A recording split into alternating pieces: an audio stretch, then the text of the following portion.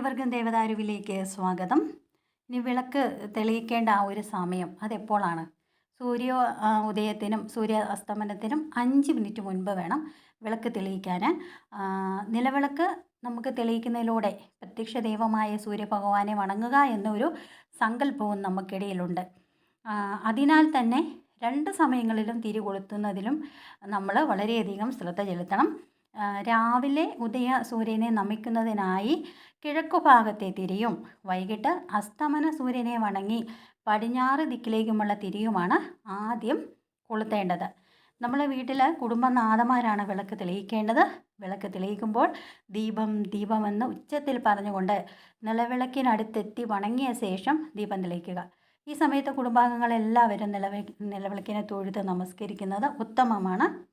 വിളക്ക് കൊളുത്തുമ്പോൾ ചൊല്ലേണ്ട മന്ത്രം ശിവം ഭവതു കല്യാണം ആയുരാരോഗ്യവർദ്ധനം മമ ബുദ്ധിപ്രകാശായ ദീപതേ നമോ നമ എന്ന ഒരു മന്ത്രം ചൊല്ലി ദീപം തെളിയിക്കാനായിട്ട് ശ്രമിക്കുക. ഫലം വളരെയധികം ലഭിക്കുന്നതായിരിക്കും.